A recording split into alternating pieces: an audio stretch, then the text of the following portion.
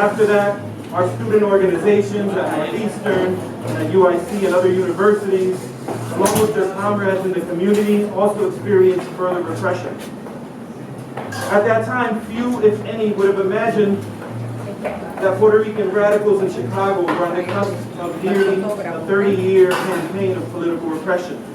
Beginning in the mid-1970s until the early years of this new century, Chicago's Puerto Rican independence movement, particularly those with alleged ties or sympathies to the FALN, the Fuerzas Armadas de Liberación Nacional, would become targets of FBI and the U.S. intelligence apparatus.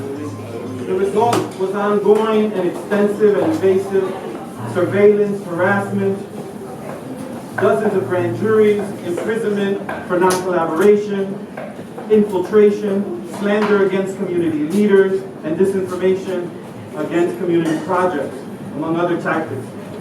Surprisingly, there's very little written about this history and its effects on the life and politics within this community, like diaspora as well as Puerto Rico. What has been documented tends to be relegated to the margins, treated as footnotes to the main story. Thankfully, this is beginning to change. A new generation of researchers, and I want to shout out Michael Stoudemire, who has a book coming out soon. Hooray! Which Michael mentioned you can already order. Now you can start ordering. But along with this new generation of researchers, projects such as Digitizing the Barrio are starting to document and write about these silent histories. In this spirit, we have the privilege today to have among us activists and educators who have directly experienced this history, experienced political repression. I try to time it with the door open. With us is Jose Lopez, Executive Director of the Puerto Rican Cultural Center, who of course needs no introduction, especially in this space. For Jose, political repression has never been an abstract or even historic topic. He understood and understands that in many cases repression was about life and death. He remembers the murder of Black Panther leader Fred Hampton, as well as the murder of his comrade Ángel Rodríguez Cristóbal from La Liga Socialista. He also experienced repression, putting his body and life on the line numerous times, including serving an 8-month sentence along with his brother and other comrades for refusing to cooperate with the federal grand jury investigating the FALN. We are grateful to Jose, and I also want to recognize Edwin Cortez, former political prisoner.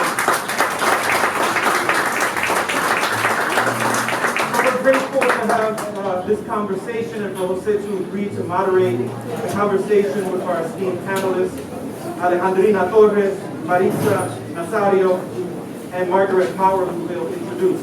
With that, join me in welcoming Jose. Thank you so much, Michael. I think that first and foremost, I want to welcome you, for those of you who have never been here, to this amazing space. Y esas damas que están ahí atrás de Teresa Roldán, para que las vean ahí, esas damas son verdaderamente el centro de este mercado y lo han hecho ya por años. Y todos los sábados y los domingos están aquí, dicen presente.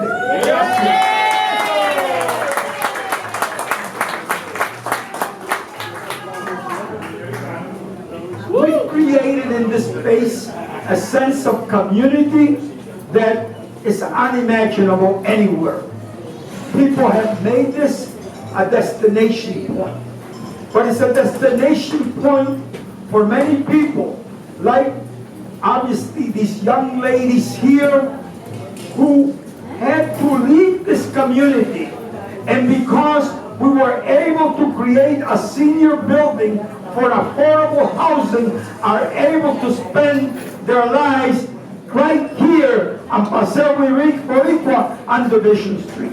And that is a testimony to the work that I want to say, obviously, Michael was generous in introducing me, but I am here and my work obviously speaks a great deal, but it is really founded on the shoulders of many, many people.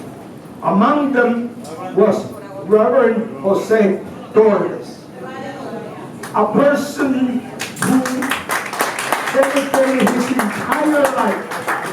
entire life to the cause of Puerto Rican independence and the well-being of Puerto Ricans. In 1966, when those riots